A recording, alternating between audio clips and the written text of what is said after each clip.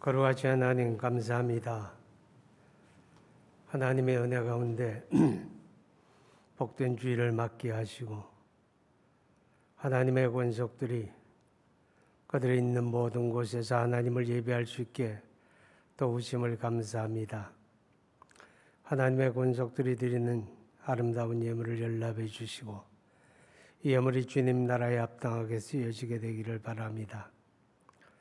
드리는 손길들 그들의 삶의 자리가 때를 따라 도우시고 인도하시는 하나님의 은혜와 복이 있기를 바랍니다. 오늘을 시작하여 한 주간 살아가는 삶에서 우리가 믿음으로 보고 듣고 말하게 하시며 우리 삶이 하나님의 영광을 나타내게 하시고 살아계신 하나님이 주의 권속들을 날개 아래 품으시사 평강과 안전함이 있게 하여 주옵소서. 하나님 병원에 수술한 환자, 또 항암 치료를 기다리는 환자, 그리고 재가 환자들, 하나님 여러 가지 질병에 매여서 어려움을 겪는 그들을 하나님이 긍휼히 여기시고 오늘도 하나님의 말씀 들을 때, 또 기도할 때, 하나님을 찬송할 때 치료하는 하나님의 권세와 능력이 그들 가운데 역사되기를 간절히 원합니다. 하나님이 이 땅의 백성들을 긍휼히 여겨 주옵소서. 이제도 우리에게 듣는 귀를 열어주시고 하나님의 말씀을 믿음으로 받게 하여 주옵소서. 예수님 이름으로 기도하옵나이다. 아멘.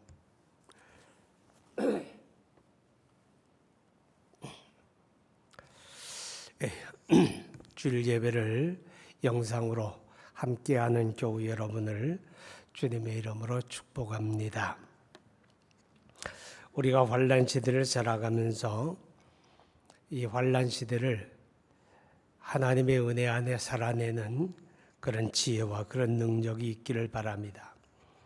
우리가 읽은 말씀 가운데 보면 6절에 무릇 의인들의 길은 여호와께서 인정하시나 악인들의 길은 망하리로다, 그렇게 말씀을 합니다.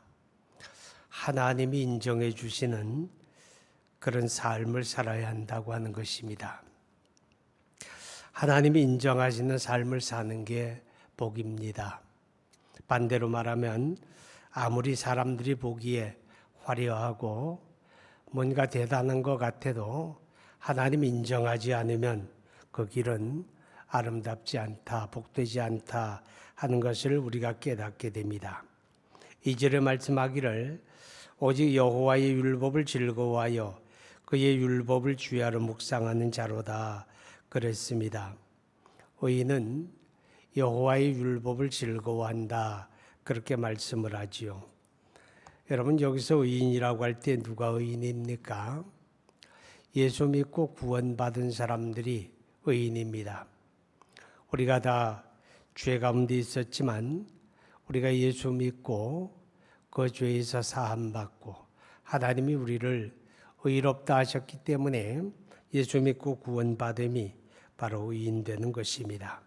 그렇기 때문에 요한복음 6장 40절에 보면 독생자 예수 그리스도를 우리에게 내주신 그 하나님의 뜻은 바로 하나님의 보내신 자 예수를 믿는 것이다, 그렇게 말씀하는 것을 볼 수가 있습니다. 그리고 의인은 주의 말씀을 즐거워한다, 그렇게 말씀을 합니다. 오직 여호와의 율법을 즐거워하여, 그랬습니다. 이 즐거워한다는 건 두 가지 의미가 있는데, 하나는 하나님의 말씀을 묵상한다는 겁니다. 하나님의 말씀을 마음에 생각하는 거죠. 오직 여호와의 율법을 즐거워하여 그의 율법을 주야로 묵상하는 자로다, 그랬습니다. 시편 119편 147절 148절의 말씀을 보면 내가 날이 밝기 전에 부르짖으며 주의 말씀을 바라싸우며 주의 말씀을 조용히 읊조리려고 내가 새벽녘에 눈을 떴나이다, 이렇게 고백을 합니다. 하나님의 말씀을 즐거워하는 사람들의 모습을 그렇게 소개하고 있습니다. 그리고 하나님의 말씀을 즐거워한다는 건 순종하고 실천하는 것을 의미합니다. 읽고 듣고 배우는 것도 좋지만 더 중요한 건 우리가 우리의 삶으로 하나님의 말씀을 실천하고 살아내는 것입니다. 그것이 바로 하나님을 즐거워하는 것이죠. 시편 128편 1절에 보게 되면 여호와를 경외하며 그의 길을 걷는 자마다 복이 있도다, 그렇게 말씀을 합니다. 그러니까 우리 하나님 앞에 의인이 누구냐? 예수 믿고 구원받은 사람이 의인이고 하나님의 말씀을 즐거워하는 사람이 의인이고, 그리고 여호와를 경외하는 사람, 그래서 그 길을 걷는 자들이 의인이다, 그렇게 말씀을 해주고 있습니다. 하나님을 친근히 하는 삶이 복인 거지요. 자, 이렇게 이제 의인의 길은 여호와께서 인정을 하시는데 반대로 악인의 길은 망하리로다, 그렇게 말씀을 합니다. 하나님이 인정하지 않는다. 하나님이 인정하지 않으면 그게 바로 악인의 길이 되는 것입니다. 우리가 바벨탑이라고 하는 사건을 창세기에서 보게 됩니다. 노아 홍수 이후에 끔찍한 재난을 겪었던 인류는 스스로 자기를 지켜내겠다는 그런 마음을 갖게 됩니다. 그래서 그들이 함께 모이고 신할평원에 높은 탑을 세워갑니다. 성을 건축한 거죠. 아무리 비가 많이 오고 홍수가 난다 할지라도 결코 물에 빠져 죽지 않는 그런 보호 조치를 하겠다, 이제 그런 생각이었습니다. 대단한 거였습니다. 그렇지만 하나님이 그것을 인정하지 않으니까, 악인의 모습을 하나님이 인정하지 않으니까 그 대단한 것도 한순간 하루아침에 다 패망해버리고 마는 것을 우리가 보았습니다. 그렇습니다. 인간의 모든 것이 하나님이 인정하지 않으면 그 모든 게 무너지는 게 한순간이다 하는 것을 우리가 깨닫게 됩니다. 망하는 길에 걸으면서 망하지 않기를 바라는 것, 망하는 길에 걸으면서 나는 잘 되기를 바라는 것, 만약에 그렇다면 그건 대단히 어리석은 일이죠. 오늘 성경은 바로 그것을 이야기합니다. 악인의 길을 걸으면서 망하지 않을 수 없습니다. 악인의 길을 걸으면서 잘 되기를 바라는 것은 어리석다, 그 말입니다. 오늘 성경은 그 악인의 길에 대해서 이렇게 이야기합니다. 복 있는 사람은 악인들의 꾀를 따르지 아니하며 죄인들의 길에 서지 아니하며 오만한 자들의 자리에 앉지 아니하고, 그랬습니다. 악인의 꾀란 게 뭡니까? 자기 이익을 도모하기 위해서 다른 사람들에게 고통을 안겨주는 그런 인간의 꾀를 이야기합니다.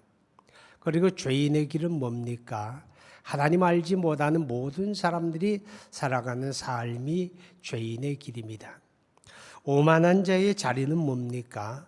하나님을 인정하지 아니하는 사람들, 그래서 하나님을 두려워하지 아니하는, 죄를 밥 먹듯 하면서도 하나님을 두려워하지 않는 바로 그들의 자리가 오만한 자의 자리, 그렇게 말씀을 합니다.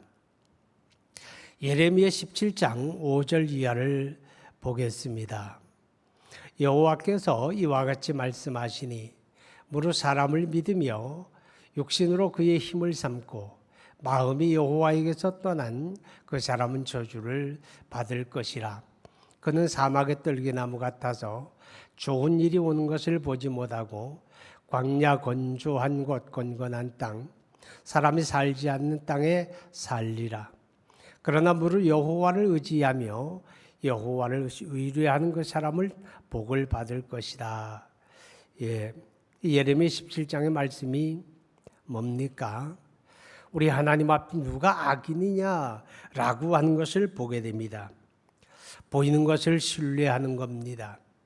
사람의 권력을 신뢰하고 돈을 신뢰하고 사람을 신뢰하고 이렇게 보이는 것을 의지하면서 오히려 하나님을 신뢰하지 않는 바로 그들이 악인이다 라고 하는 것을 우리에게 말씀을 합니다.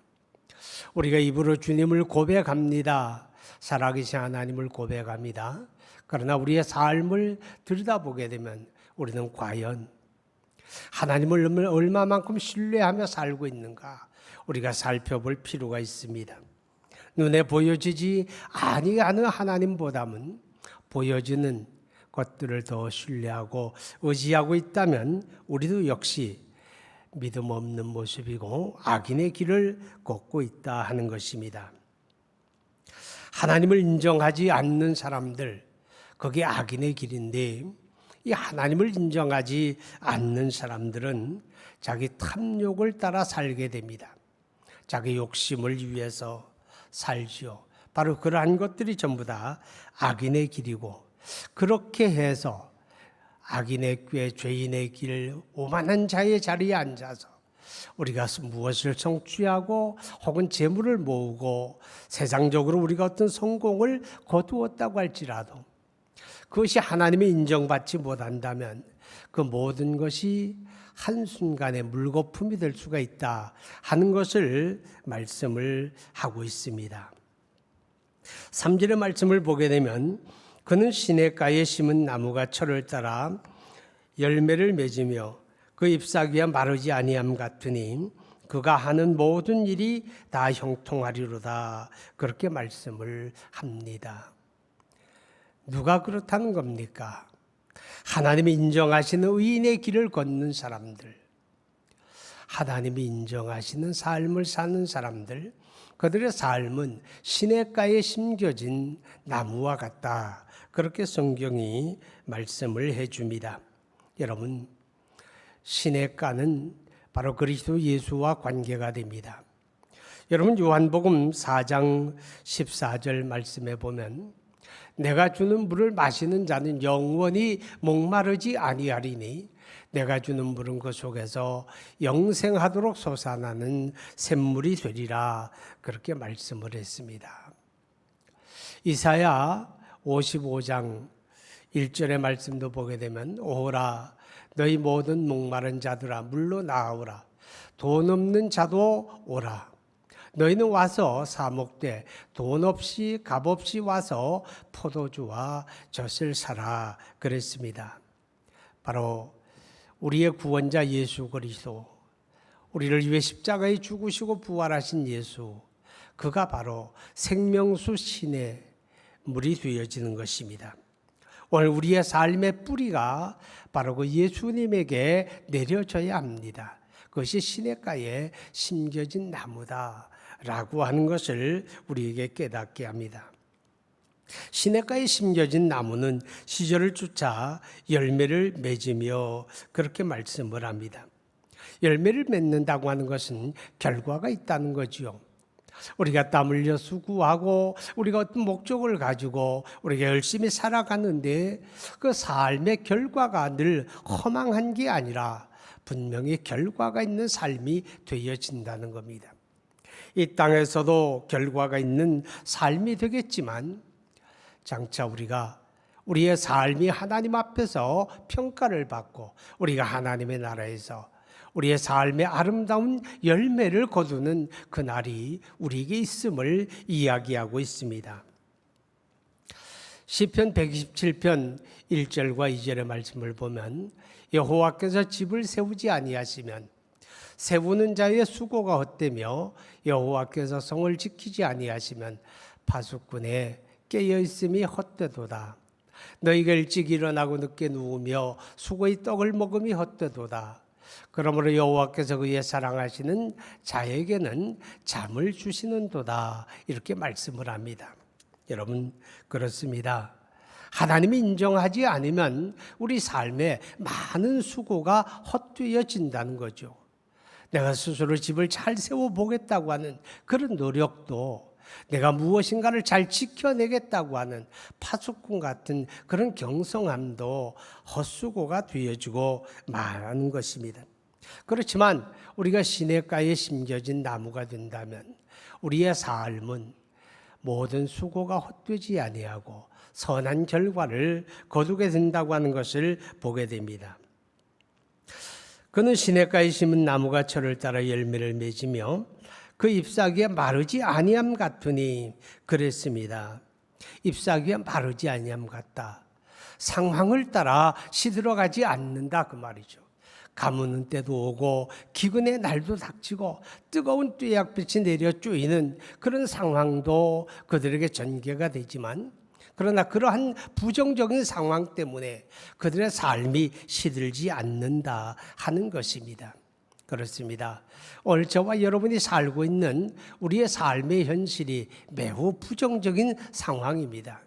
코로나19로 인해서 모든 경제 환경이, 우리의 생활 환경이 다 어려움을 겪고 있습니다. 어떤 사람은 시들어갈 것입니다. 그러나 기억하십시오. 영원한 생명수 그리스도 예수 안에 뿌리 내리고 사는 삶은 결코 시들지 아니할 것입니다. 세찬 비바람에 잔가지 몇 개 꺾어질 수는 있을지라도 그것 때문에 그 삶이 시들지 않는다 하는 것을 우리가 깨닫게 됩니다.